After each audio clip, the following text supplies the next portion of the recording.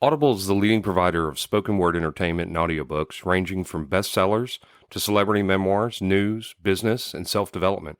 Every month, members get 1 credit to pick any title, plus 2 Audible originals from a monthly selection, and access to daily news digests from the New York Times, the Wall Street Journal, and the Washington Post, as well as guided meditation programs. Between a full-time job in IT and a full-time job in podcasting, it gets harder and harder to sit down and read the books I'm interested in. This is where Audible comes in. I can listen on my daily commute, relaxing, or while out running errands and still get in the books I've been wanting to get into. You can download titles and listen offline anytime, anywhere. The app is free and can be installed on all smartphones and tablets. Now you can try Audible risk-free with a special 30-day free trial by visiting audibletrial.com/nerdery and murdery. That's audibletrial.com/nerdery and murdery. Don't let your busy life get in the way of that great book you've been wanting to read. Go get your free trial of Audible today. This podcast is sponsored by BetterHelp. This is Geoffrey, and we've talked about many times before that I experience problems and struggles with my mental health, and really without a healthy mind, being truly happy and at peace is hard. The good news is therapy does work. It's helped for me, but what is therapy exactly? It's whatever you want it to be. Maybe you're not feeling motivated right now and would like some tools to help. Or maybe you're feeling insecure in relationships at work, or you're not dealing well with stress. Whatever you need, it's really time to stop being ashamed of normal human struggles, and it's time to start feeling better because you deserve to be happy.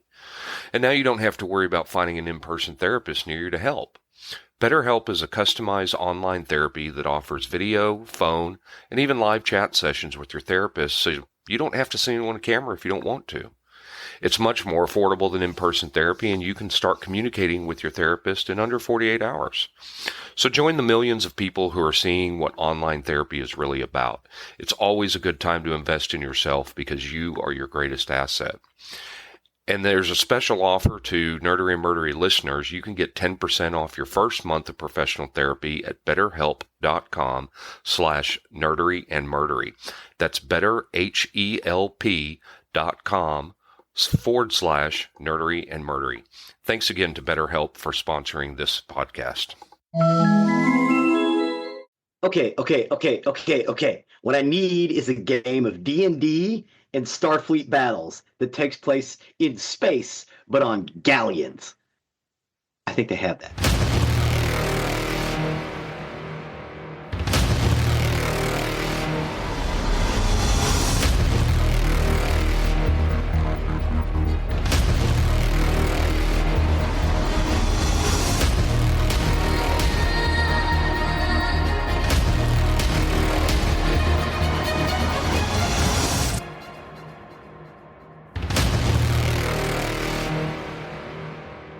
Welcome to episode 201 of Nerdery and Murdery. Big 201. I'm Zig with your nerdery. And I'm Geoffrey with your murdery. Welcome to another week of the highs and lows, the ups and downs, the good and the bad, and the nerd and the murd.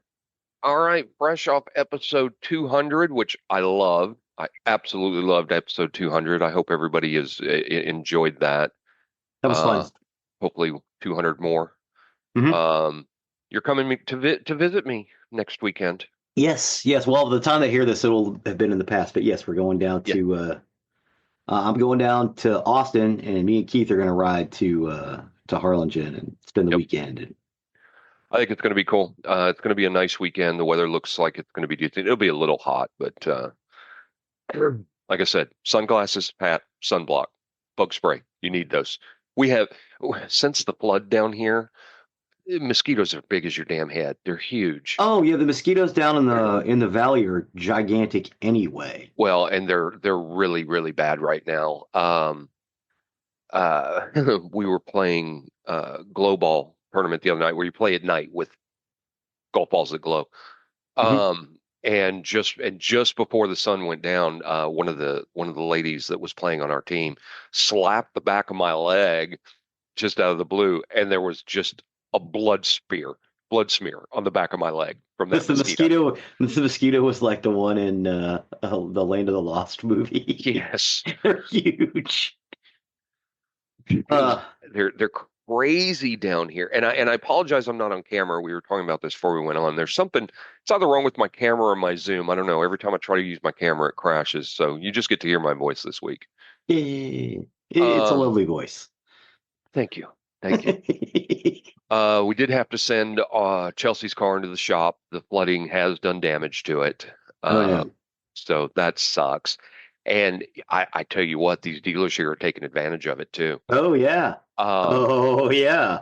the dealership we had to go to said that they would not even start diagnostics on the car until the insurance approved 5 hours of diagnostics. Hmm. And why is that a problem? Because what they're going to do is they're going to lift the hood, they're going to plug the car into a computer, and the Hmm. computer's going to spit out what's wrong. It ain't going Yeah. to take 5 hours to diagnose the problem. Nope.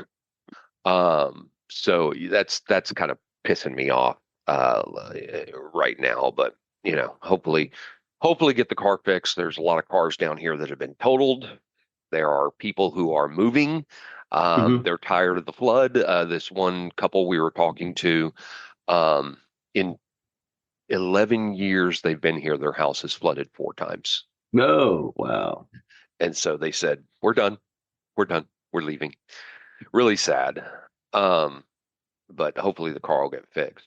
Where are they Um, from? well, they've been here for 11 years. They're going somewhere else in Texas. I think somewhere near around Bryan College Station is where they're going to live after this. Um, so pretty sad. But my buddy Chuck, listen up. I know you're listening right now. Um, Go to sleep, Chuck. no, he can't go to sleep yet. Oh, that's right. He can't go to sleep yet. Um, he told me I've got a problem because I have been addicted to the Masters this week. Um, and playing the game, I understand why it's exciting to watch. It's an insanely hard game. It's not exciting to watch. I would It rather watch paint dry. If you played, you'd understand because it's so hard to play and those good shots. Um, but yeah, I've been watching it and I was sitting talking with him the other night and the Masters was on and I said, "Oh, look, that's hole 12. I hate that hole." And he's like, "Oh my God, you even know the holes now." I said, "Yeah, I do." But the funny thing is, the point I was going to come to this is, I've been playing golf almost 2 years now, and I'm less than an average golfer. I can't even say I'm an average golfer.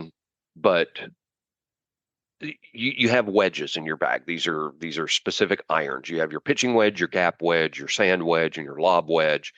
The average player hits a wedge at the longest 80 to 110 yards.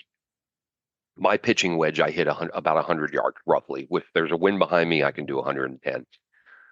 But anyway, so I'm watching the Masters the other day, and Rory McIlroy was up, and he was 158 yards to the hole, and the announcer said, "Oh, he's under 100. He's under 160. He's about 160 yards. He can use his pitching wedge for this." And I went, "Oh, go fuck yourself." Yes, yes, but he is a professional. He's been playing since he was a child. No, but it was just funny because I'm just sitting there watching the game, and I have to yell at the announcers. Fuck you. And then another funny moment, there was a player who was to the left of some trees, the holes to the right of the trees, and he was going to have to hit to the left to get clear. And the announcer goes, "So I think what he's going to do, he's gonna hit over to the left so he can see the green." And the other announcer said, "Uh, yeah, because that's his only shot." It just the disdain from the other announcer was just kind of funny. Yeah, But what? It's all he can do. so Dumbass. it kind of felt to me like the announcers from Dodgeball. The one that just doesn't quite fit. Uh-huh. So it was funny to me. But anyway, Hell of a strategy there, Pep. that's just what it reminded me of. Uh, the Uh, the other thing I had to mention is we have dived into Landman, mhm. which is a Taylor Sheridan show. Oh my God. You were talking about this the other day. Yes. They're talking about I got to go out to Midland. Yeah, people who do not live here. Let me explain. DFW and Midland is like driving across two states, Yeah. even though they're Yeah, in the same state. but he got to Midland to Fort Worth and back to Midland all before the sun went down. Doesn't happen. Oh shit! Doesn't happen. That's like a 6-hour drive. Yeah. It's a great show. It really is a Both great show. directions. Their distances people don't really understand. You can't Yeah. make those kind of distances, but the show is very, very good. I've never watched Yellowstone, but Midlothian, maybe. now that I've watched two Taylor Sheridan shows, I've watched Mayor of Kingstown, and now I'm in the middle of Landman. I may Mm-hmm. have to go back and watch Yellowstone now because his shows are amazing. They're absolutely amazing. We're, I think, only 4 episodes into Landman. I think season 2 just dropped.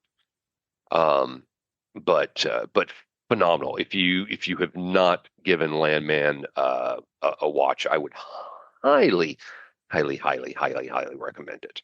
Well, I understand that he's basically he's basically pulling out the long-haired Jim What's character that? for it. Um, Jim. one of those Yellowstone shows actually took place in Fort Worth, and he actually played a historical figure from our city, Mm, long-haired mm. Jim. Well, and it's funny as I'm watching the But show, he's John. basically pulling that accent out, and it is period correct. And from what I understand, when that Landman, he's using the same He might basic be. voice from Long Hair Jim. Although they don't call him Long Hair Jim in the show because his hair wasn't long. The actual person, he was called Long Hair Jim because he never cut his hair. Well, as you watch Landman, if you're from the Dallas-Fort Worth area, there's certain things that'll take you out of it a little bit. Like John Hamm is an oil billionaire, and Mm-hmm. he lives, works, and operates out of Fort Worth. Uh-huh. But many times they're showing the Dallas skyline, and I'm like, that's not Fort Worth. Well, I mean, you think about it, that show Dallas wasn't actually about Dallas. It was about Fort Worth, but those people still had some sway, and they said, "Yeah, no, you can't talk about us." So they talked about Dallas instead. Well, right, but the Dallas skyline was the Dallas skyline. They're Yeah, claiming Fort Worth as the as the Dallas Dallas skyline, skyline. Yeah, we and have our that's own not it. skyline. It's beautiful. It's way nicer than Dallas's. Suck it. Billy Bob Thornton goes to a hotel in quote unquote Midland, and as soon as he pulled up in front of the hotel, I said, that's a hotel in Fort Worth. That's the Yeah, one that's connected to the Water Gardens. yeah, yeah. The Water Garden Hotel one. Yeah, Yeah, yay. not in Midland. So Yeah, anyway, give that show a watch. It's really, yeah, really good. yeah. Really good. Oh yeah, yeah. And if you want to see the Water Gardens, watch Logan's Run because that big watery thing they come out of, that's in the middle of downtown Fort Worth. Yeah, It's lovely. I'm hoping if they ever reboot it, Hmm. that they keep that scene. Yeah, yeah, Um, because it's beautiful. speak, It was brand new when they did it. speaking of reboots, I, I I don't know that I can avoid it anymore. I think I have to throw down for an Apple account. Pourquoi? There's been shows that have come out on Apple, and because I wanted to watch Lincoln Lawyer, but it's now on Netflix, so it's okay now. Yeah, But there was Foundation, which I wanted to watch. I watched some of Um, Foundation. It was really good. I think there's a show called Severance that I want to watch. Yep. Now, I found out this week as I was looking up online, I was like, where can I stream this particular movie? Yeah. And it pulled up an Apple TV show, a brand new Apple TV show for this particular movie I'm looking for. And I was like, what? And I told Chelsea, and she goes, yeah, I think we're going to have to get Apple TV. Apple TV has a series for Flash Gordon. Yes. Flash. Yes. Okay. Yeah, yeah. That sounds. So Wait. Is it the sci-fi series that they had like 15 years ago? Let me look it up real quick. Yeah, yeah, because there was a sci-fi series. Apple TV's been buying up a bunch of stuff. Some of the stuff that we've recommended is actually on Apple TV. Like I was like, I cannot find Last American Virgin. It's on Apple TV. Uh,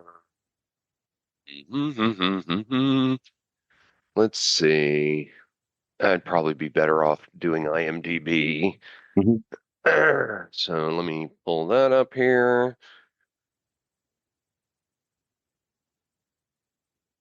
movie called Murderbot. That's interesting. Flash Gordon, Flash Gordon. You may be right. 2007 to 2008. Yeah, I mean, the series was pretty good. It could be a little more fantastical, but it wasn't bad. Well, that upsets me. Yeah, No, it's but it's Eric Johnson's in it. I like that actor. yeah. But I liked the series. It was just a little. It wasn't as fantastical as it could have been, but it was nice and gritty. Yeah. Well, that disturbs me. I thought it was brand new. Oh well. Looks Well, like like I we said, got Apple TV's information. been buying stuff up or buying the licensing rights, whereas it used to be it would be Netflix that would pick it up or Hulu. It's Apple TV's picking it up. So Yeah. in some cases, it's the only place you could see it. Well, I may have to throw down anyway. Yeah. Oh well. Yeah, I'm thinking the same thing. I'm thinking the same because I've got some series I want to see. Foundation, I only get to see some of. Well, I mean, and they're making the push to be, like Hulu and Netflix Yeah. and everything. The final season of Handmaid's Tale just started dropping on Hulu, which I'm gonna have to finish off. Oh yeah. But that was a man, and for a 1980s post-apocalyptic horror book that was, they really, really took that and ran with it. Oh yeah. Yeah, I love Atwood's book. And I remember, like, right after the book came out, they did a movie which was really good with Natasha Richardson. Hmm. Oh, 87, 88, somewhere around in there. It was really, really good too. Robert Duvall played the commander. Hmm. Really, really good stuff. Well, the series on Hulu is Oh, outstanding. phenomenal. Oh, it's Is phenomenal. And outstanding. Margaret Atwood is in it. Yeah. Extremely hard to watch at times. Yes. Many times you're going to finish watching that and feel like you've just got to go take a shower because Yeah, I gotta go wash off. Yeah, it's yeah, rough. It's not it for ain't the for the faint of faint of heart. heart. No, No, it ain't no, for the faint of heart. But I mean, it's like one of those things you should watch. It's like it ain't hard to slide into authoritarianism, man. You got to watch out. right. Yeah, It's real easy. it's very poignant with that. Yeah, yeah.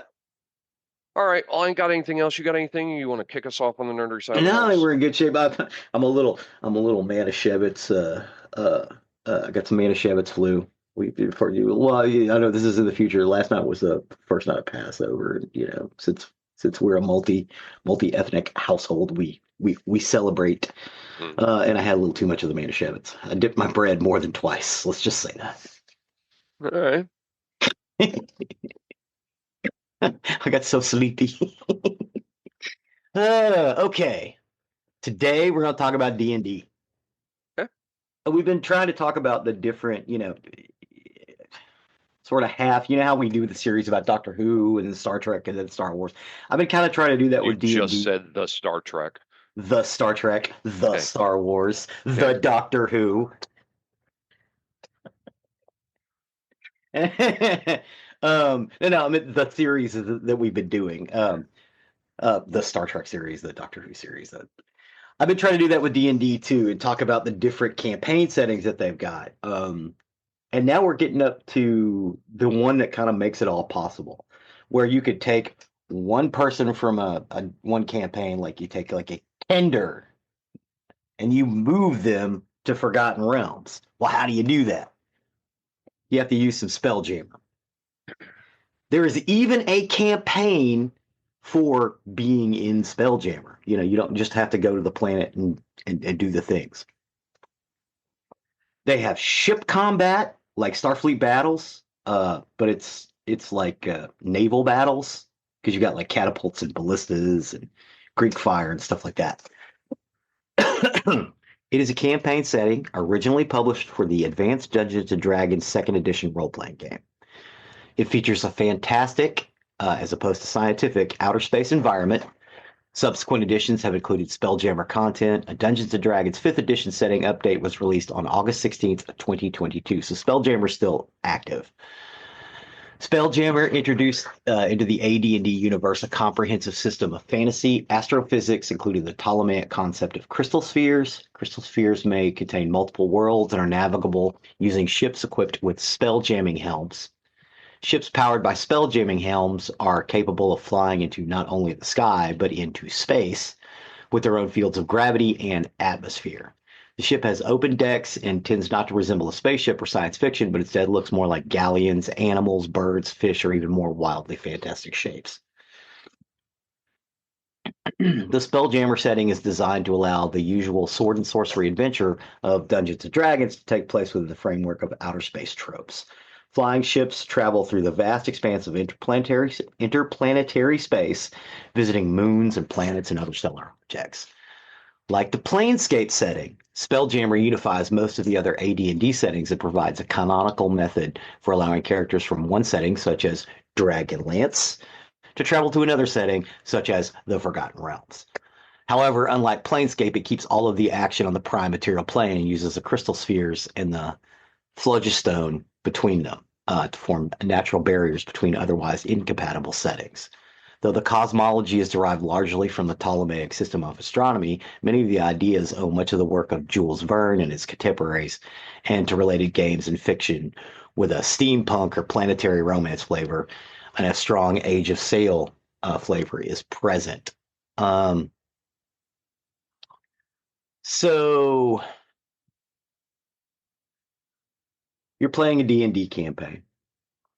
Your party stumbles upon what looks to be a sailing ship. Maybe it's sitting in the middle of a field and you don't know why. You board said ship and the ship jumps into the sky and then goes into space. That's usually how most of these start.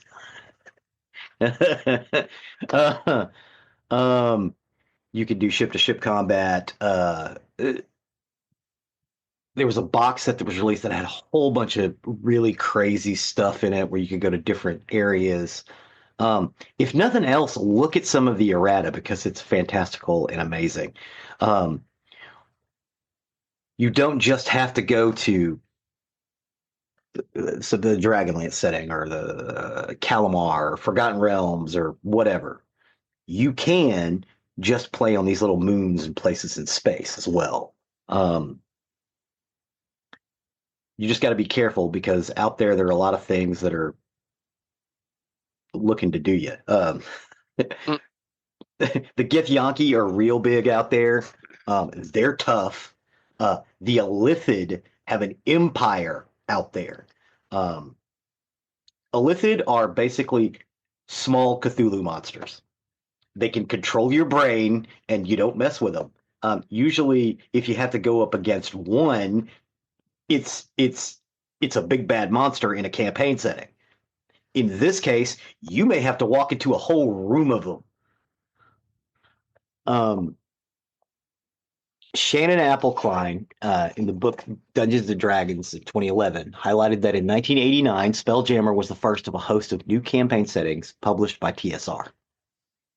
It was created by Jeff Grubb and introduced a universe of magical starships traversing crystal spheres that contained all of the Earthbound AD&D campaign worlds.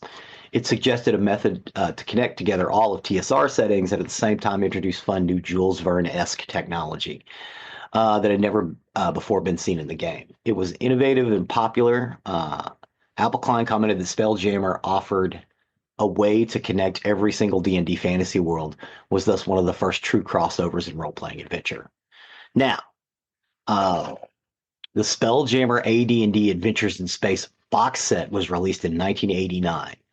Several of TSR's other campaign worlds had their own sections in the Spelljammer box set. Realm Space for Forgotten Realms, Kryn Space for Dragonlance, and Gray Space for Greyhawk, along with the new sphere, Cluster Space. They were known as the Big Three and Astromundi.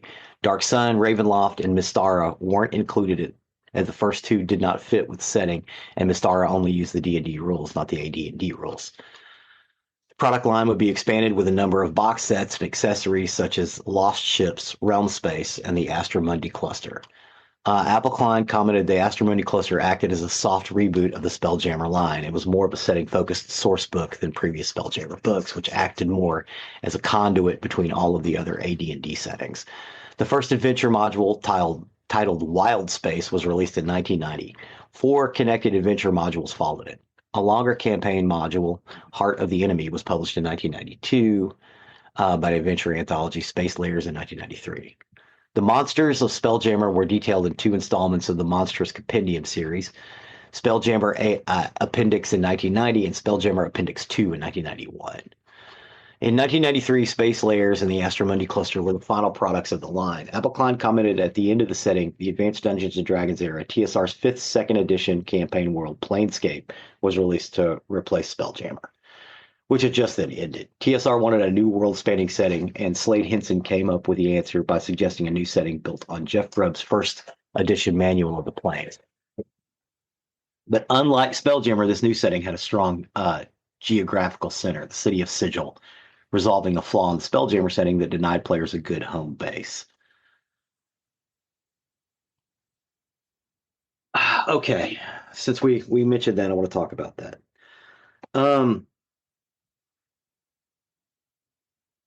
I get that you want your players to have a home base, a base of operations. It can just be the ship, like the Going Sunny in One Piece. The base is the ship. Mm-hmm. It's just easy to do that. And I think that those guys weren't thinking that when they came up with Planescape. I have nothing against Planescape. I think Planescape's kind of cool. It's dark and edgy and a little nightmarish. But I think Spelljammer is one of those things that it's like a glue holding a bunch of that stuff together. And you definitely really ought to look at the end of the errata. It's beautiful. The Spelljammer line of products was discontinued by TSR before they were acquired by Wizards of the Coast in 1997. In May of 2002, Piazzo published an article for Spelljammer in Dungeon number 92 titled Spelljammer Shadows of the Spider Moon. Using the D20 system, it provided new rules for firearms and spelljamming, as well as skills, feats, and prestige classes. Spelljammer monsters such as Neogi and Gif were not used. Instead, it featured creatures from the monster manual such as Drow, Fomorians, and Yuan-Ti. In May 2005, Wizards of the Coast updated the Neogi to the 3.5 edition rules and supplement Lords of Madness.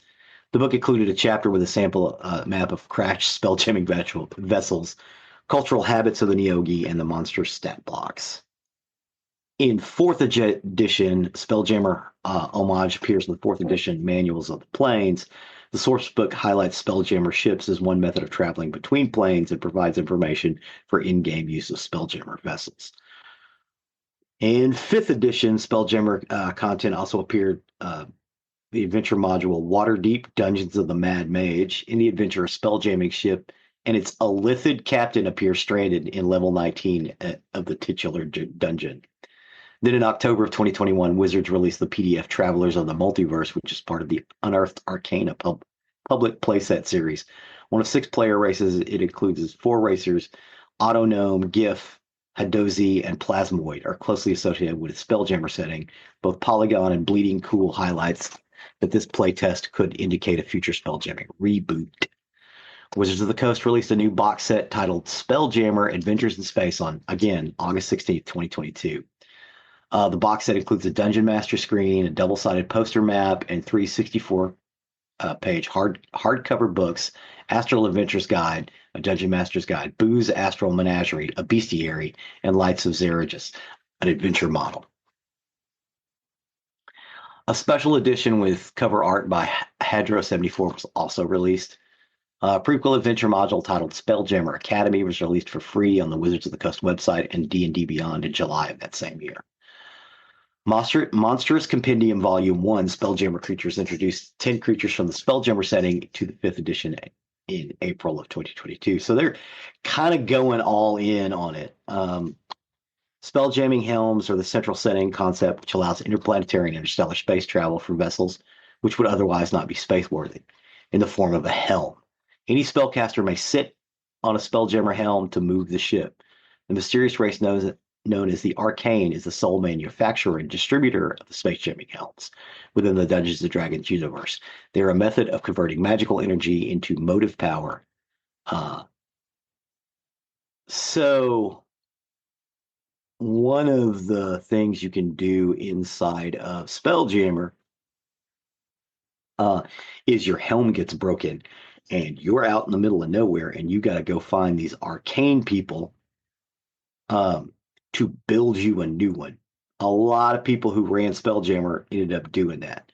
Now, granted, most people who use Spelljammer use them to get from point A to point B, and there was a little stuff in between. You have to have a capable wizard, and they have to be kind of up in levels. But when they're controlling the ship, that's all they're doing. They can't do anything else. So it does kind of take one of your guys out of the party. Now for the science side of it, all bodies of a sufficiently large size have gravity. This gravity usually, but not always, exerts force equal to the standard gravitational attraction on the surface of any Earth-sized planetary body. Gravity in the Spelljammer universe is also an exceptionally convenient force and almost always works such that down orients itself in a manner most humanoids would find sensible. All bodies of any size carry with them an envelope of air whenever they leave the surface of a planet or other stellar objects. Unlike real-world astrophysics, the air envelope is not dispersible by the vacuum of space.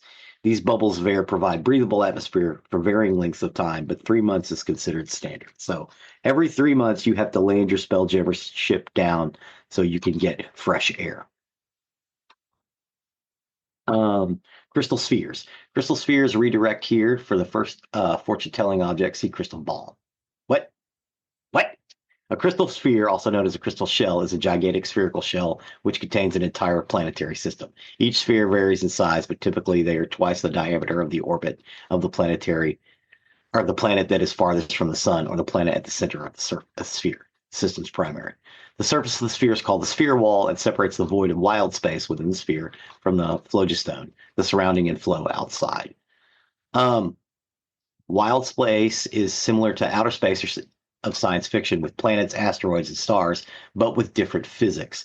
Gravity is either none or the same as that on Earth, and is directed towards the center of planet-sized bodies or large objects in space, like spacecraft and enormous creatures.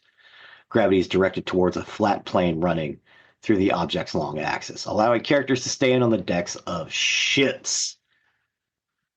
Phlogiston is essentially a big ocean of a unique element that is neither air, fire, water, or earth. The phlogiston, known as the flow, is a bright, extremely combustible gas-like medium that exists between the crystal spheres. A signature property of the substance is it does not exist within the boundaries of a crystal sphere to the degree that it cannot be brought into a crystal sphere by any known means, up to and including the direct will of deities. Every crystal sphere floats in the phlogiston, or the phlogiston, very slowly bobbing up and down over time. Travel between crystal spheres is facilitated by the formation of flow rivers.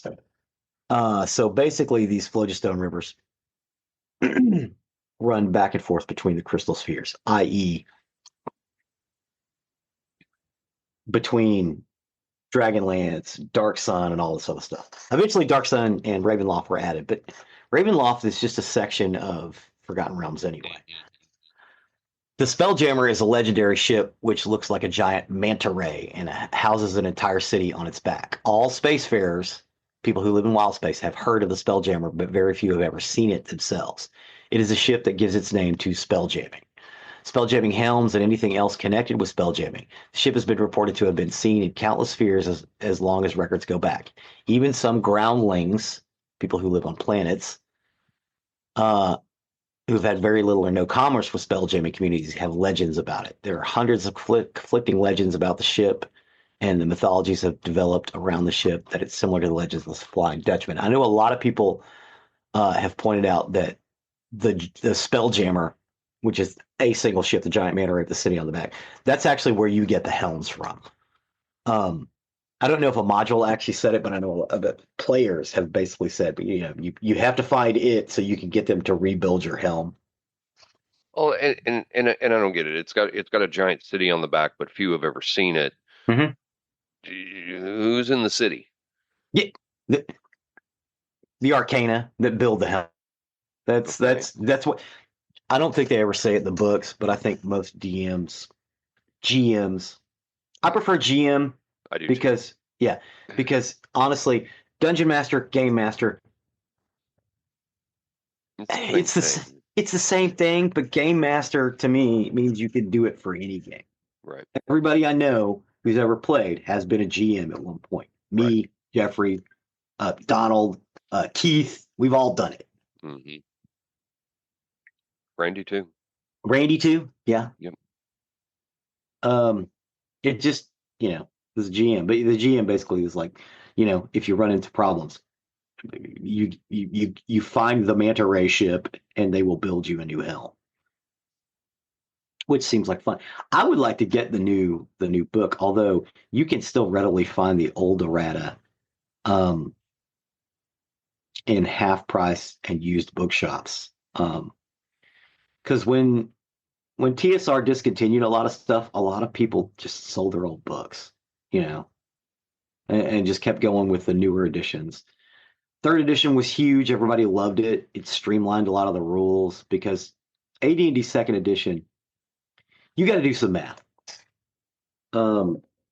It's easier than, because you got things like you got shorthand. You got you know what the formula is. So it's a little easier than like early D&D. You didn't even they told you do this, you do this, you do this. You basically had to figure out the formula. You don't have to do that in AD&D second edition, but there is still a lot of math involved for combat mostly. And with these, even more so because you can have ship-to-ship combat. Basically, it's like a naval battle. And then you go on and land on a planet and fight dragons and monsters. That's why people loved it. But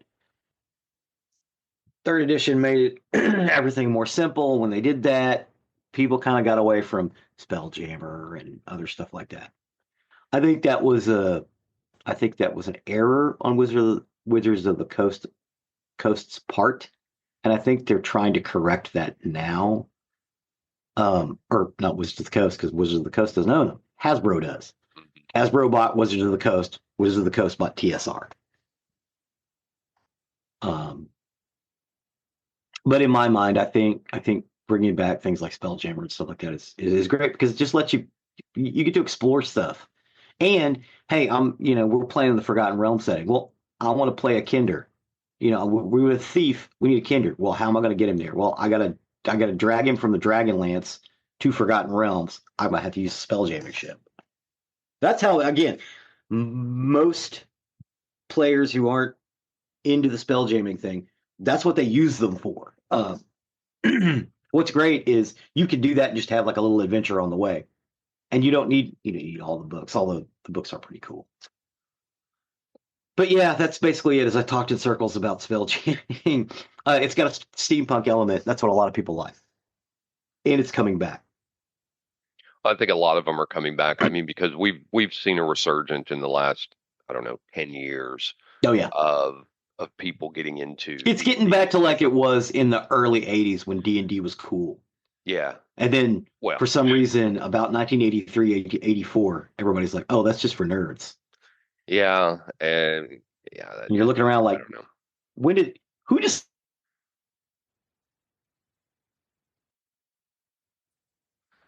Yeah, I don't know. It was kind of that way. I mean, you kind of had some cool people at one point that were playing D&D, and the nerds weren't allowed to get into those, and which was kind of weird. But yeah, it's seen a resurgence. My daughter has been playing for years. She still plays this to this day. She's got a group of people that she games with. My nephews, or one of my nephews, has gotten into it, and he's been playing. And you've seen a resurgence in this stuff. Yeah, and they're keeping up with the additions and stuff. I think it's cool.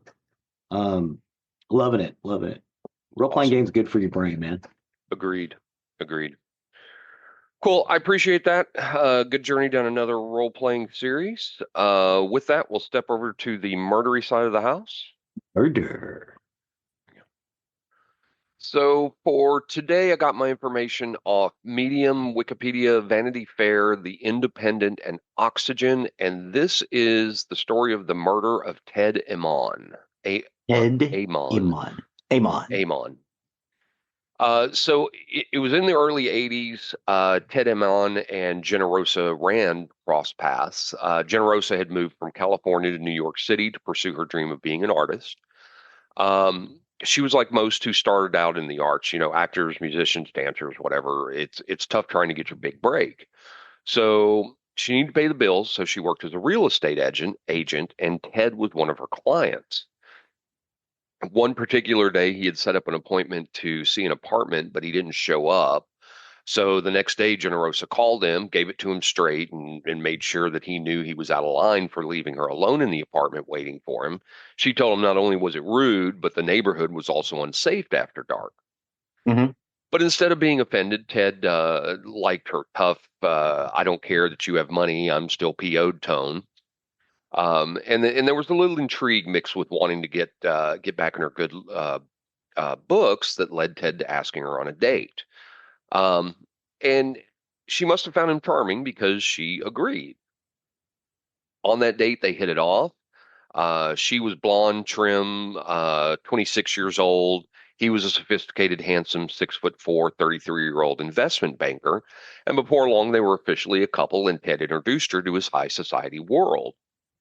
Um, all their friends always commented how happy the couple seemed and how it was evident that they were destined to be together forever. Ted had previously been in a 9-year marriage, and he was hopeful his friends were right about having found his forever in Generosa. So in 1986, the pair said their I do's, surrounded by their friends and loved ones. Um, and I had said Ted left her hanging at the apartment viewing. This Hmm. was actually something Ted was very well known for, flaking out on arrangement, and it was something everyone who he knew expected from him. It was actually a joke among the wedding guests whether Ted would actually show up or not. However, he did, and the two were pronounced husband and wife. Generosa herself had been raised in the foster system after her mother's death, along with her sister, until tragically her sister was killed in a hit and run when she was a teenager. And this was a far cry from her new life as a high society wife. After the wedding, the newlyweds bought two properties. One was their main residence, which was a condo on 75th Street and Fifth Avenue in New York. And then they had a townhouse on East 92nd Street between Fifth and Madison Avenues, which Generosa used as an art studio. Before long, though, their seemingly perfect relationship started to take a turn. Ted worked super hours, and once done with the work, he would head to parties where he liked to rub shoulders with affluent social climbers. Hmm. Generosa felt jealous of sharing her husband, but she loved the fact that her husband was wealthy, but not the networking he did in order to keep his business healthy. Instead, she wanted him to be wealthy, but available for her whenever she needed, and this is where the problem lay for her. From Ted's side of things, he felt that Generosa's spending was out of control, and arguments began creeping into the relationship. Ted didn't mind that she liked to shop, but he complained to her that she was shopping daily and spending money faster than it was coming in. Generosa argued, what else was she meant to do with her time other when all Ted did was ignore her? So bad enough that they were fighting within the privacy of their home, but it started having an impact on the social scene Ted had always been proud to been a proud part of. So the invites to those events started drying up. And when Ted heard about a few gatherings that had taken place without his knowledge, not only did he ask the host why he hadn't been invited, but he also asked around to others. Came back to him that guests felt uneasy witnessing the bitter arguments between Ted and Generosa in the public. And all of a sudden, all those in the social circle were no longer gushing about the Amons being the perfect couple.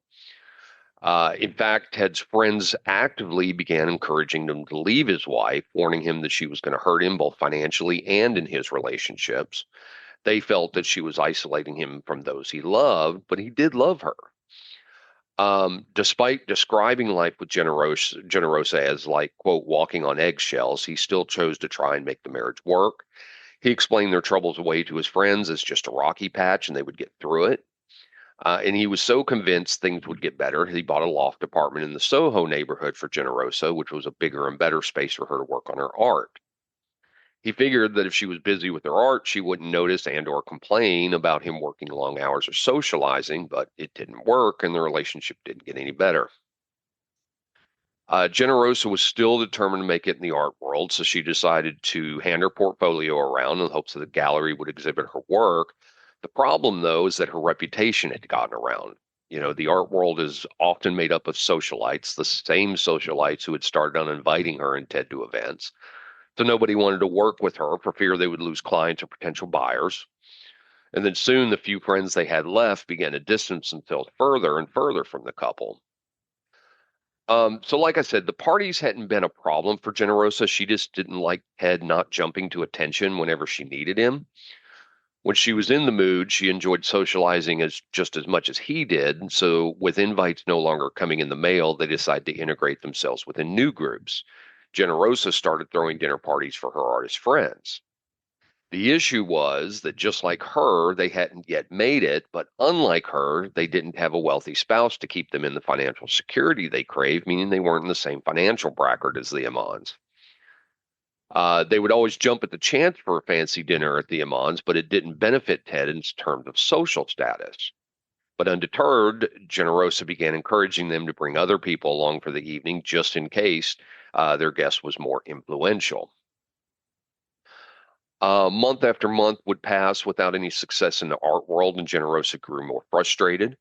But her anger built even more with every career success that Ted had. She became more and more depressed and miserable, telling her friends that she felt rejected by her husband. And during one particularly bad argument, Ted threw in her face that she couldn't feel that rejected by him working all the hours because she had no issue spending all the money he was earning. She went to slap him across the face, but managed to stop at the last second. It seemed at that point that their marriage was definitely in the final stages, or everyone thought. Um, but in spite of all of their fighting, they never seemed to split up. And in fact, after that very specific fight, they actually seemed stronger in the relationship than ever, and they entered a relatively peaceful area.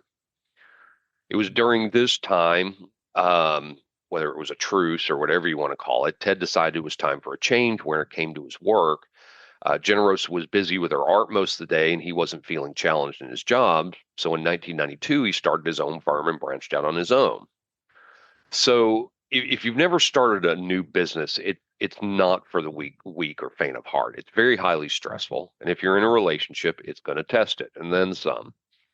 This is fine if your relationship is solid, not just in a good period, as was the case with the Ammons. Knowing the stress Ted would be under from starting a business from scratch, his friends were very worried about him, but he shrugged off their fears, reassured them that he and Generosa were okay and the challenge would be good for him. He bought a small startup with the goal of fixing its issues and growing it with new ideas. The business made newspaper advertisements, and he was determined to turn it to a multi-product corporation. He called the company Big Flower Press, which was a name his kids had chosen. Oh, I'm sorry, I didn't mention they had kids. Um, the, He had kids with his previous wife, or he had kids with her? They adopted. So Generosa hadn't been able to conceive, so the couple went down the IVF route, but it failed multiple times. So eventually they decided that adoption was going to be the best way. So they adopted 2-year-old twins from the Ukraine, a boy named Greg and a girl named Alexa. And this isn't easy. Um, it's no fault of the children, but it's just how they are. This added to the stress of Ted and Generosa's already fragile relationship. Yeah. That and their parenting styles were very different. Ted was very warm and supportive of the kids, where Generosa was often cold and indifferent. Even the foster system. That does not surprise me. Yeah. She even alleged confiding to some friends that she hadn't wanted kids, which is interesting since they were trying through through IVF. Yeah. But what she did want, though, was for Ted to buy another house. And this time he did in the Hamptons. Those of you who are not from the States and listening from overseas, you may have never heard of the Hamptons.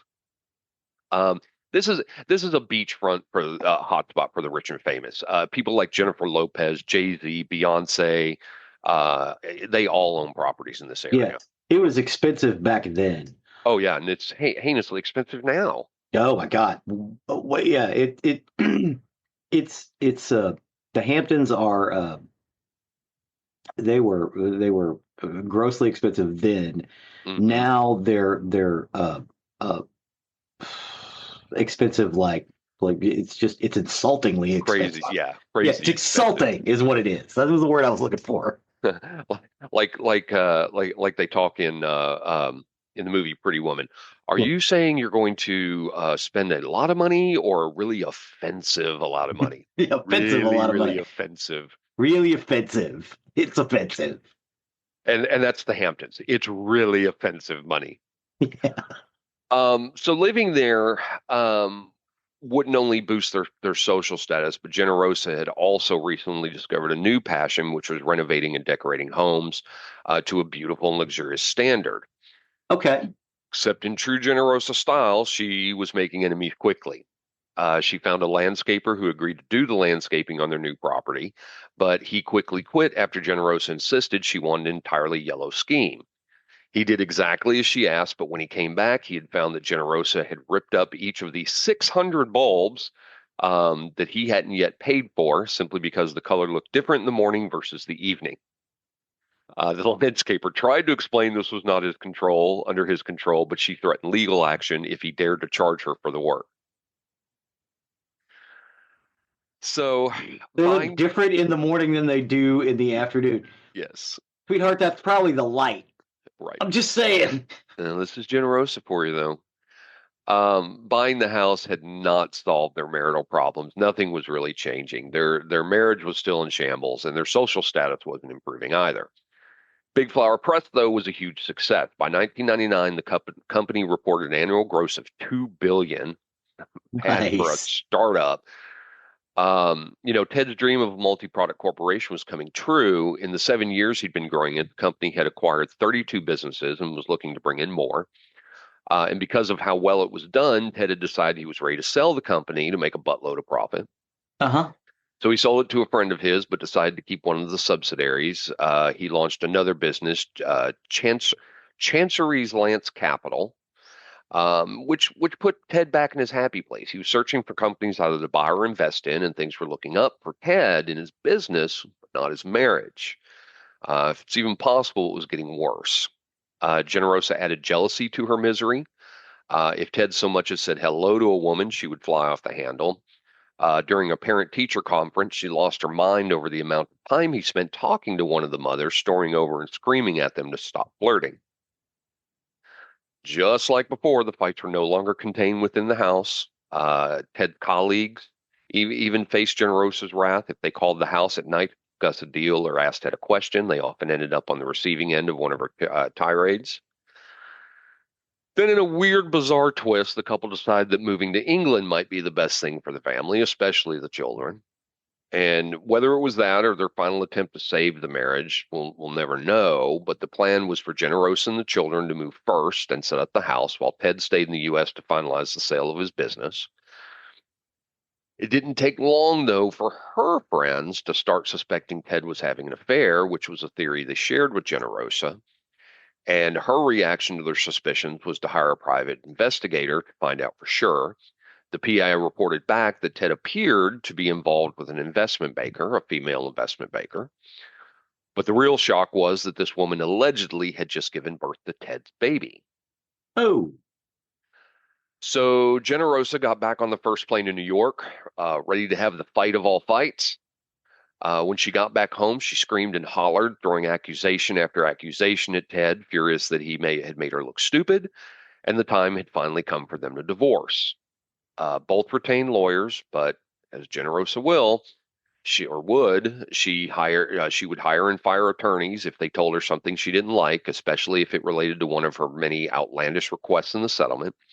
Some of those demands included money for a bodyguard, a housekeeper, a chef, an assistant, and that was just for New York. She wanted the same for California and England. Oh, they had a place in California as well. I missed Yes. that part. Yes. Jesus Um, fuck Christ. her These lawyers people are offensive. Did she kill him with a guillotine? Because I feel like that's what's coming. Well, her lawyers claimed Ted was worth 300 million, even though the reality was far from that. Mm-hmm. The divorce dragged on, and she accused Ted of hiding assets. But in truth, it was just Generosa feeling like she wasn't getting her way. Ted followed every order the judge handed down, even providing for over 45,000 pages of financial documents, but that didn't stop her from continuing to fight for more money. Everything grew uglier. Ted bought an apartment on Fifth Avenue, hoping Generosa and the kids would move into it so he could sell the townhouse. But once again, Generosa dug her heels in. He relented, agreeing to renovate the townhouse and paid for Generosa and the children to stay in a luxury hotel suite while the work was being done. The kids and their nanny had one room. Two more rooms were booked for various staff members, and then Generosa had her own room. What? Okay. So she wants the townhouse, Mm-hmm. but we have to get it renovated. Okay, we'll do that. You need Right. to book us a hotel room. Why don't you stay in the house in the Hamptons? Or the other house that's further down in Manhattan. Right. I- But this is Generosa for you. This is how she is. Um, but she wasn't spending her nights alone. She had begun an affair with a man named Daniel Pelosi. Okay. Um, I do say affair. It wasn't exactly clandestine. They didn't even try to hide it, despite the fact that Daniel was She and Amon are splitting. So I mean, does it really matter? well, no, but Daniel was also married and had three children. Oh. So, they were often seen in very compromising positions or out in public, shamelessly flirting. For Daniel, meeting Generosa had changed his life. He thought life had given him a bum rap. He had a history of drug and alcohol abuse, which he claimed stemmed from an injury he sustained on the job. Mhm. He had attempted to sue his former employer, but the suit went nowhere. So meeting Generosa with her wealth and extravagant lifestyle all felt like his Christmases had all come at once. Daniel had been hired to lead the electrical crew working on renovations at the townhouse. Okay. Generosa would frequently check in on progress, and the two became friendly, and soon Daniel started making up additional repairs just to spend more time with her without Ted growing suspicious. Mm-hmm. Um, Don't be suspicious. Don't be suspicious. Don't well, be but suspicious. Don't but be. but here's, good old-fashioned hypocrisy. Despite her affair, Generosa still flew into rages, jealous rages, anytime a woman so much as looked at Ted. The property managers were often asked to intervene because she was so abusive to the workers, and Daniel soon followed suit, claiming he had connections to the mafia, threatening anyone who had crossed him. Okay. So Ted finally had enough. With the divorce being in progress, Generosa was still trying to control him, so he threatened to cut her off financially. Mm-hmm. He had originally agreed to fund the townhouse renovations, with the estimate had been about 1 million. Mm-hmm. But with all of Generosa's extra demands, the cost had now ballooned to 3 million. Jesus H. fucking Christ. Well, then to top it off, she had filed for sole custody of the kids, despite originally agreeing to joint custody. Custody. So at this point, Ted was done. Yeah. Um, by now, Yeah. You start trying to take away kids. That might trigger a hey, I'm cool and everything. Everything's yeah, groovy. But no, that's not happening. yeah. Yeah. No. I get that. Well, by now it was well known even to Ted that Generosa and Daniel were an item, and what infuriated Ted even more was the fact that his ex-wife was giving Daniel a bigger role in the kids' lives than he had. More often than not, she made excuses as to why Ted couldn't have them for the day, night, or weekend, only to find out later that Daniel had taken them on a fun outing instead. One time during On what his was, dime. well, he's cut her off now. Oh, okay. He's cut her off. So one time during what was supposed to be her time with the kids, Generosa and Daniel decided to take a trip to the Hamptons. Um, and instead of making proper arrangements and calling Ted asking for a swap, she simply left the kids with the doorman at Ted's apartment. Wonderful woman. Thankfully, the doorman called Ted immediately, who dropped everything and raced home to be with them. Mm-hmm. Whenever the kids were with her, Generosa did everything she could to turn them against Ted. She told them crazy stories, like Ted being connected to the mob, or that he was spying on them, or that he was trying to get Daniel arrested for spending time with them.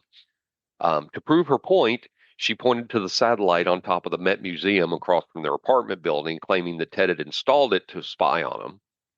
The kids told this to Ted, and he took them straight to the museum, where he had security explain what the satellite was actually for and how it had nothing to do with him. Mom says this. Oh yeah, let's go to the museum.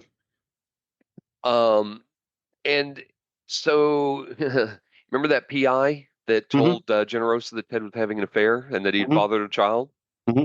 Well, it was later proven that the PI had gotten it wrong. Ted had never had an affair with the female investment banker, and the baby she had wasn't his. Instead, she had been involved with the son of one of Ted's colleagues, and that man was the child's father. Ah. However, that didn't stop Generosa from keeping the rumor alive that Ted had fathered the baby. Hmm. So this all went back and forth. Finally, the divorce was settled. Generosa was awarded somewhere between 20 and 25 million plus the townhouse. All the Hmm. other properties would be sold, but her request for sole custody was denied. The judge awarded her and Ted joint custody, 1 week with her, 1 week with him, which made Generosa livid because she was not getting her own and was not something she Hmm. was accustomed to, but she didn't have any choice to accept at this point, or so it seemed, because she never actually signed the final papers. Yeah. However, with the marriage finally over, Ted began reconnecting with his friends, the ones who hated Generosa and as a result had distanced himself from him. They were more than happy to welcome him back, and they all said the same thing, that he had never looked happier. At 52 years old, Ted had reached a point where he realized that time was more important than money. He had trips planned, was slowly rebuilding his social circle, and was enjoying life again. And he was once again the man about town. He donated 15 million to his alma mater, Bucknell University in Pennsylvania. He became Hmm. the chairman of jazz at the Lincoln Center.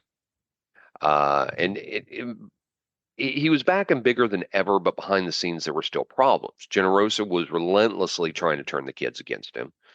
And Ted confided in a close friend once the hope once the divorce papers were signed, they could all find neutral ground, start healing, and finding a new normal. Well, on Saturday, October 20th, 2001, Ted decided to spend the weekend at his house in the Hamptons, which was something he often did. And when he wasn't there, it wasn't unusual for him to stay longer than he had initially planned. And when he was there, it wasn't unusual for him to stay longer than he initially planned. Yeah. So when he missed a meeting on the following Monday, nobody was immediately concerned. Um, I said way back at the beginning, he'd always been known as someone to flake on appointments, and that hadn't Yeah. changed. So his absence wasn't that alarming. But his business partner, Mark Angelson, just started to worry Ted might miss meetings or appointments, but he never ignored calls or messages completely. And when Mark found out that it was Ted's week to have the kids and that Ted hadn't made arrangements to pick them up due to his extended stay in the Hamptons, that was enough of a red flag to make him Yeah, worry. yeah. He may flake on a business meeting, but he ain't gonna flake on picking up his kids. Mm-mm. Yeah. Nope. He might be unreliable in some areas, but never, ever, ever with his now 11-year-old twins. Yeah.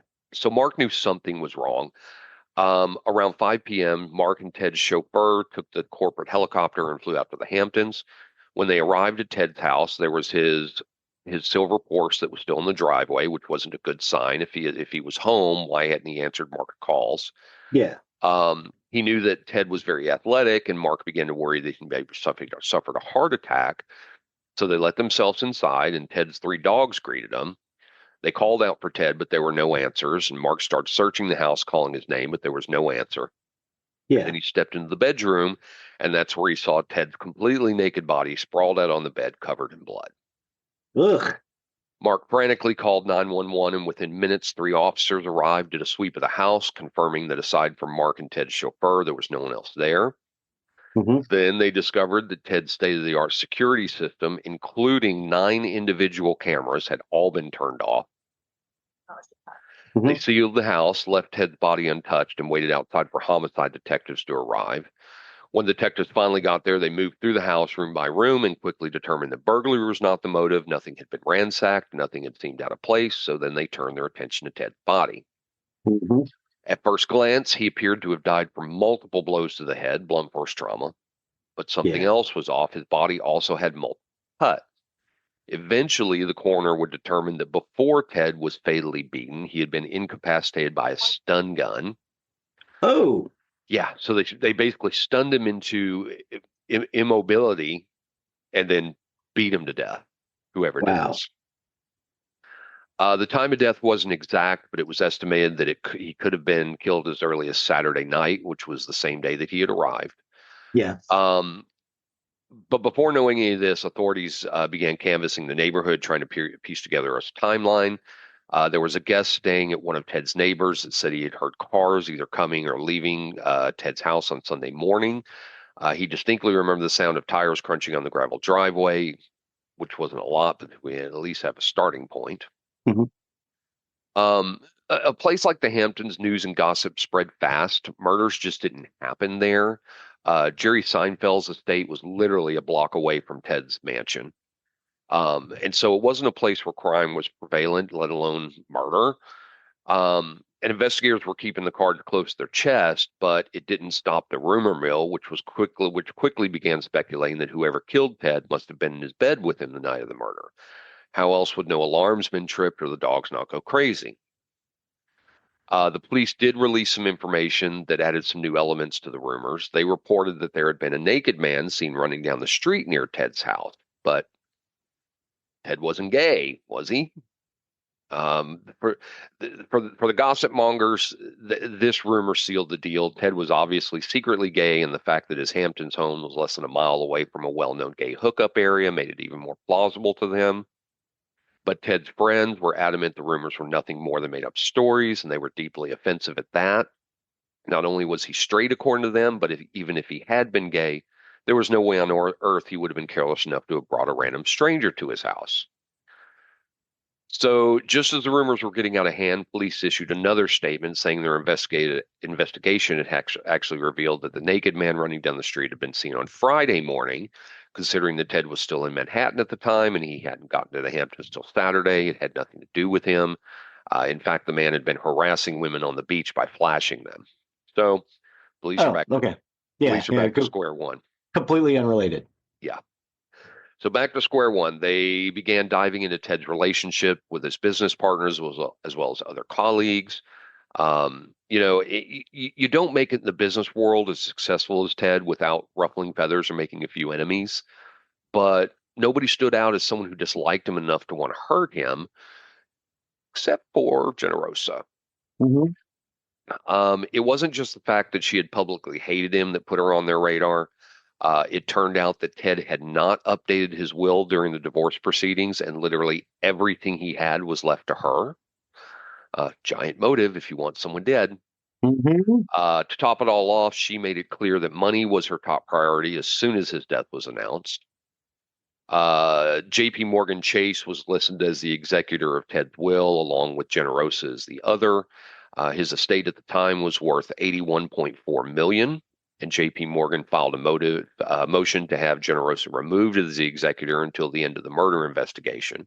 Hmm. This made her angry, and she fought back against the bank, cursing them for their actions.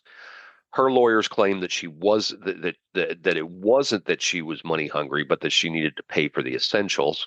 Right, for her, essentials. Ted's friends laughed about this and even told J.P. Morgan's lawyers they would happily testify in court if needed. Generosa decided to use the gay rumors to argue her case, saying that police told her they were close to solving the case and it was looking like a gay lover of Ted that committed the murder. Then the case took another Honestly, turn. he could have been bi. Sure, Yeah. but I don't think this has anything to do with that. Yeah, no. I mean, it sounds like there's a completely unrelated case of a nude guy running down the street. Yeah. So the case took another turn when Daniel Pelosi made a court appearance of his own, completely separate from the fight for Ted's money. And just to backtrack slightly, only 3 months after Ted's murder, Daniel finalized his divorce and immediately married Generosa, Uh-huh. which had not gone unnoticed by the police. Uh-huh. They did find the speed of the marriage suspicious, considering how much Generosa was set to inherit if her appeal was successful. Uh-huh. The couple initially moved into the family homes in England, but came back after a few months. And then on September 16th of the same year of Ted's death, Daniel was pulled over by police for weaving in and out of lanes. And once he stopped the car, he jumped into the back seat. When officers knocked on the window, he told them he hadn't noticed them pulling him over. He simply stopped because he needed to flee. Officers requested he perform breathalyzer, which he refused. He was charged with a DWI, and during his court hearing, two detectives working on Ted's case waited outside, assuring Daniel's lawyer they just wanted to talk to him about Ted's security system at the Hamptons, because not only was he one of the few people he knew about it, he's the one that installed it. Dumbass. His Drunk lawyer, driving and then pretended to sleep in the back of the car. Oh my God. I know. Oh my God. He got liquored up and it got him. This guy is the worst criminal. Yeah. What do you do? You make sure the car ain't got no bad headlights, no bad tail lights. You drive under the speed limit, Well, Sorry. his lawyer refused to let him answer any questions related to Ted's murder. And then Generosa lawyered up. She was still fighting J.P. Morgan, but she felt the heat of the detectives looking at her as a strong suspect. Daniel's lawyer for the DUI case referred her to Mike Shaw, who was a lawyer who made himself name for himself after defending another woman accused of murdering her husband. Daniel was sentenced to 4 months in jail for the DWI charge, and on his release, Generosa bought them a new home in Daniel's hometown on Long Island. Okay. Now, if you thought that Daniel and Generosa's marriage was a match made in heaven, you'd be wrong. Not only was Daniel sleeping with other women, but one of those women was his ex-wife. Oh, shit. Ted's estate hadn't been paid out. I'm sorry, I'm laughing about this. This is like, oh my God, these people, how can they be this dumb? I know. Ted's estate hadn't paid out yet, but financially, Generosa still had enough to give them a comfortable life.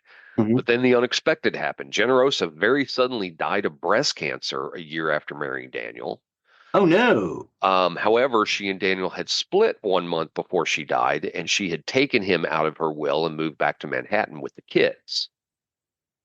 They did have a prenup, which means Daniel came off well financially. He walked away from the marriage with $2 million and the house in Long Island.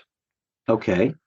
Generosa's death sparked an opening of the floodgates of people suddenly willing to talk to investigators. Suddenly, people came forward claiming that Daniel had confessed to killing Ted. The investigation had stalled up until then, but with these new statements in March of 2002, police swooped in and he was arrested. By this point, Greg and Alexa Ammon had gone to live with their aunt, Ted's sister in Alabama. There had actually been a custody battle between their nanny and Ted's sister. These poor kids, just battle after battle after battle. I was kind of looking up what happened to the kids because it was my first thought. And there was an interview with them as adults, and I was like, oh, okay, they're okay, all right. I'm like, I've got that at the end too. Okay. The nanny actually argued that she had essentially raised the children, but the courts awarded custody to their aunt. Daniel denied murdering Ted, and this sent shockwaves when his entire defense was that Generosa was the one who had killed Ted, and Daniel's only involvement was trying to cover it up because he loved her. He said her motive was that she needed the money from his will to continue living the lifestyle she'd become accustomed to. Prosecutors came right back, though, saying that witnesses had made statements that Daniel had bragged about the murder to them. These people even testified for the prosecution. And then one of those testimonies came from a very shocking source. Daniel's own father provided testimony. And on the stand, Daniel's father told the court how his son had called him asking how to dispose of something so it wouldn't be found. And when had that call taken place? The night of the murder. The night of the murder. The defense still wasn't going down without a fight. They had Daniel's sister testify for them, saying Daniel had come live to in places that have crab beds. They live in places that have crab beds. Well, we've already established he ain't that smart. No, apparently not. The defense had Daniel's sister testify for them, saying Daniel had come to her house the night of the murder, so it couldn't have been him. And then they doubled down on Generosa being the real culprit. And here's the thing: when you're talking about a criminal defense case, the defense does not have to prove anything. They just have to prove reasonable doubt. That's right. If there's reasonable doubt, the burden of proof is on the prosecution. 100%. That is why our legal system is used all over the world. Correct. because it was a good idea. Correct. Well, this is what the defense was trying to do, was get a reasonable doubt acquittal. Yeah. During the trial for the murder, he was blaming that Daniel was blaming on his dead estranged wife. Daniel married his pregnant girlfriend. Yes, she was pregnant with his child. And nothing says romance like a shotgun wedding in the middle of being accused of killing your dead wife's ex-husband. Yeah. Yeah. Yeah. After spending two to 3 months in the Who Scout for DWI. Right. Oh my God, this fucking moron. Well, in December of 2004, 3 years after Ted's murder, and after 3 days of deliberation, the jury came back with a guilty verdict. They sentenced to Daniel Pelosi to a minimum of 25 years to life in prison. He will be eligible for parole on October 14th, 2031, where he will be 67 years old. At his sentencing hearing, Daniel called himself, quote, a victim of the media and circumstance, and then directly addressed Greg and Alexa, who were 15 by this point. He looked at them and said, quote, I never lied to you two. I'm telling you to your face, I didn't kill your father. Alexa, however, at the sentencing said, quote, I don't know how Mr. Pelosi lives with himself after what he's done to our family. I hope he rots in jail. Wow. During his incarceration, Daniel's been in and out of solitary confinements at the Southport Correctional Facility. He still maintains he had nothing to do with Ted's murder, insisting it was Generosa who killed her former husband and then set Daniel to take the fall. Last year, in a very complicated but detailed explanation, he told Piers Morgan on a show called The Killer Interview, quote, I did not do this murder. I did not kill Ted Ammon. Instead, he claimed that Generosa, along with the help of one of his employees, Christopher Perino, and two other identified individuals, killed Ted. Incidentally, he's never given the names of those other two people. Christopher Perino had been implicated at the same time Daniel was arrested, but he took a plea deal. He testified that on the night of the murder, the two of them had gone to Ted's place. Daniel had gone inside, and when he came out, he was, quote, disheveled and had blood on him, some of which got on the car. I asked him what happened, and Danny said, I had a fight with Ted, and I think he's dead. So because of the plea deal, Christopher was only sentenced to 6 months for facilitating Ted's murder. Ultimately, Ted Ammon died over greed. Yeah. The irony of this is whoever killed him, whether it was Generosa or Daniel, neither of them got to enjoy the benefits of the money. Yeah. All of Ted's assets were awarded to Greg and Alexa. Mm-hmm. And the biggest tragedy of it is these two children became orphans all over again. Yeah.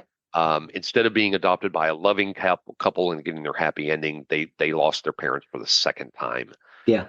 For the second time in their lives. Yes. And Greg and Alexa, they were in their early teens when Daniel convicted. They have lived a quiet life until 2015. That's when Greg decided he wanted to make a documentary about their lives and their parents' deaths. In 2015, at 20 years old, he released a documentary called 59 Middle Lane, which followed the siblings visiting family, returning to the mansion where their father had been murdered, hence the title. That was the address. And then they traveled abroad to find more about their birth mother, which they did. She had apparently been a prostitute who died of alcoholism. Greg is now married with a child of his own, and he had recently posted on Instagram saying, quote, even though I only had a short time with my parents, they have given my sister and me so much to be thankful for, and I'm very appreciative of that. If you're fortunate enough to still have your folks around, do yourself a favor and remind them how much you love them. And that's the story of the murder of Ted Ammon. Well, thank you for that. I thought it was a very fascinating story. Yeah, that was really good. And I'm sorry for making light of it, but oh my God, that criminal was an idiot. Oh, there's so much to make light of there at all. We're not making light of the murder at all. We're making fun of the idiocy of Daniel and Generosa. Oh my God. She was a money hungry bitch. Let's put all the cards on the table. A money hungry grubbing bitch. And Daniel was a leech. He leached onto it and he tried to benefit from it. Terrible couple of people. I mean, Ted Ammon, I'm sure he was a very nice guy, and I mean, I'm sure he had his faults as well, but he didn't deserve that. No, he didn't deserve to be stunned, beaten to death, and stabbed. No. I'm sorry, stunned, stabbed, and beaten to death. Right. So that's my story for this week. Appreciate you sitting with me through that. I know Sure. that was kind of a long one. Yeah. But I just found the story fascinating. So, It was a good one. that will take us to the end of another recording week. As always, you can find more information about us on nerdyandmurdery.com. That's our hub, our website for everything we talk about. You'll find links to this episode, pictures of this episode, and you'll also find the link to our YouTube page, which Dig so often update. Yes, and in this particular playlist for Spelljammer, episode 201, it basically goes into how you do the ship combat and stuff like that. There's a couple little videos on it. They're all about 10 minutes piece. You guys, if you're interested at all, go check those things out. It gives a deeper dive into what I did. Awesome. Appreciate that. Sure. You'll also find the link to our merchandise page, which if you wish to show off your Nerdy and Murdery fandom, please do consider purchasing something from there. That, along with the link to our Patreon, you can become a patron, and with our merchandise and our patrons' donation to our show, it helps the costs that are associated with keeping us on the air. There are costs to upload, to produce, to publish our episodes, everything like that. So please do consider one of those two avenues to help keep us going. We do appreciate each and every one of you. Please and thank you. Please and thank you. And don't forget to leave a 5-star review wherever you can. It really helps us and helps others find our content that may be looking for the information we discuss. And last but not least, Chuck, you can go to sleep now. Go to sleep, Chuck. With that, I have been Zig with your nerdery. And I'm Geoffrey with your murdering. Cue the music.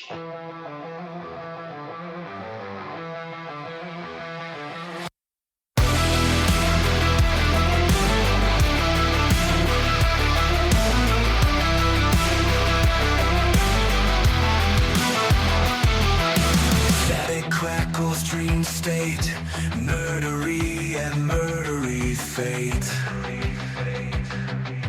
Voices in the wire, two dudes light the fire. Obsession and confession, games and death's procession. Through the microphone they speak dark secrets, geeks seek. Murdery, crazy blend, horror tales that never end. Dice roll, blood spills, podcasts thrill the mind fills.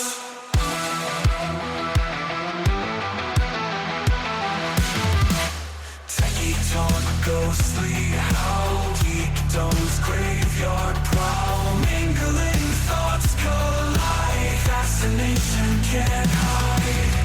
Twisted tales they share, darkness in the air, mysteries untold, audiences hold. Rolling out the lore, eerie tales and more. Behind the tales they hide, nonsense collide.